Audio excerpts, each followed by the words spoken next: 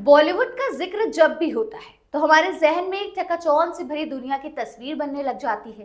इस इंडस्ट्री के सुपरस्टार वैसे तो अपने फिल्मी प्रोजेक्ट्स और अपनी लग्जरी लाइफस्टाइल को लेकर चर्चा में बने रहते हैं, लेकिन उतना ही चर्चा उनकी पर्सनल जिंदगी के बारे में भी किया जाता है। लोग जानना चाहते हैं कि उनके पसंदीदा सुपरस्टार आजकल कर क्या रहे हैं, किसे डेट कर रहे हैं, किसके साथ इश्क लड़ा रहे हैं।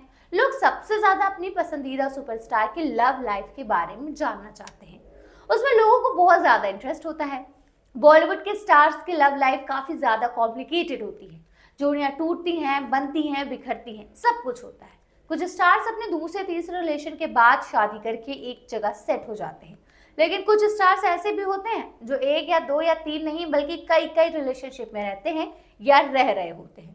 इस जॉनर के अगर कोई किंग है तो वो है रणबीर कपूर।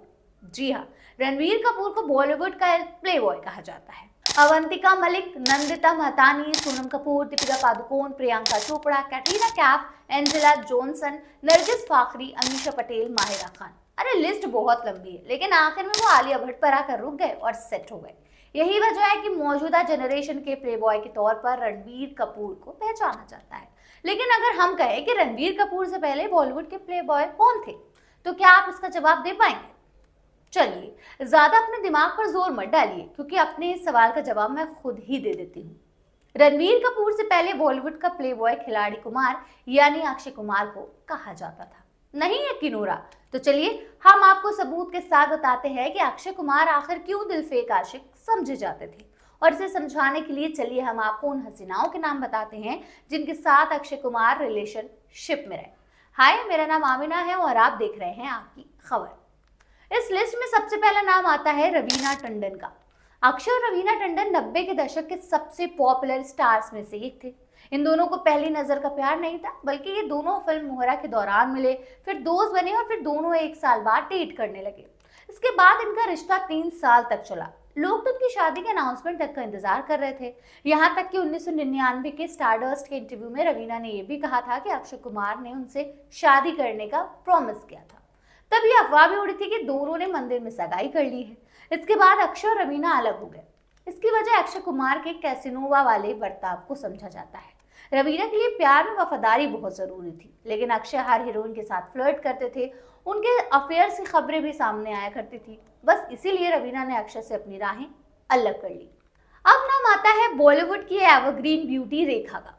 ये बॉलीवुड के सबसे पॉपुलर अफेयर्स में से एक रहा है। हालांकि दोनों में से किसी ने भी इसे माना नहीं, लेकिन उस समय अक्षय की गर्लफ्रेंड रही रवीना टंडन ने मीडिया के सामने कहा था कि रेखा को अपनी हद पता होनी चाहिए। रवीना का ये बयान कई दिनों तक सुर्खियों में रहा था। ऐसा कहा जाता था कि रेखा को अक्षय से उनकी फिल्म खिलाड़ियों के खिलाड़ी के दौरान प्यार हो गया था। उस समय रवीना ने रेखा को अक्षय से दूरी बनाने को भी कहा था। रवीना के मुताबिक इसमें अक्षय की कोई गलती नहीं थी, बल्कि रेखा उनसे करीबी रिश्ते बढ़ाने की कोशिश कर रही थी। खैर, अक्षय की गर्लफ्रेंड्स में एक नाम शिल्पा शेट्टी का भी आता है। अक्षय कुमार और शिल्पा शेट्टी का अफेयर आम था। ये हमेशा सुर्खियों का हिस्सा बना रहता था, लेकिन खबरों की माने तो अक्षय शिल्पा शेट्टी और ट्विंकल खन्ना के साथ एक ही समय पर डेट कर रहे थे। अक्षय और शिल्पा की फिल्म धड़कन भी दोनों के ब्रेकअप के बाद रिलीज हुई। अक्षय कुमार ने शिल्पा के साथ डेटिंग की और उसके बाद ट्विंकल खन्ना से शादी कर ली। अक्षय के इस धोखे के बाद शिल्पा कई महीनों तक डिप्रेशन में रही थी और उन्होंने मीडिया में अक्षय के खिलाफ कई बयान दिए थे। शिल्पा को लेकर अक्षय ने कहा था कि उन्हें मीडिया में रिश्ते पब्लिक नहीं करने चाहिए, लेकिन शिल्पा ने इसका जवाब दिया था कि ऐसी अक्षय की सोच है, अगर उन्होंने कुछ गलत किया है तो वो सबके सामने आए।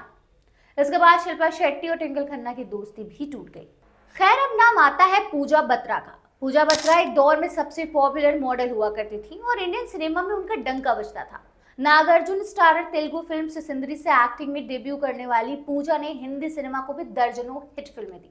ऐसा माना जाता है कि पूजा बत्रा ही वो चेहरा है जिनके साथ मेल जोल के चलते अक्षय कुमार की बॉलीवुड में एंट्री हुई थी। इन दोनों के बीच रिलेशनशिप भी रहा, लेकिन फिर कुछ खास वजहों से दोनों का ये रिलेशनशिप आगे नहीं बढ़ सका। अक्षय कुमार और आयशा जुल्का, इस अफेयर की चर्चा भी रही, लेकिन दोनों ही ने इसके बारे में कुछ खास नहीं कहा।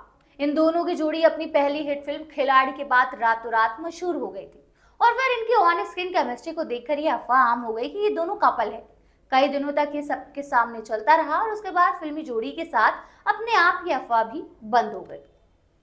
खैर, ये तो रही वो हसीनाएं जिनके साथ अक्षय कुमार शादी से पहले रिलेशनशिप में थे। अब चलिए आपको बताते हैं उन कातिल हसीनाओं के नाम जिनके साथ अक्षय कुमार अपनी शादी के बाद भी रिलेशनशिप में रहे थे। और शादी के बाद अक्षय कुमार ने जिनके साथ अपना पहला रिलेशनशिप जोड़ा था वो थी प्रियंका चोपड़ा।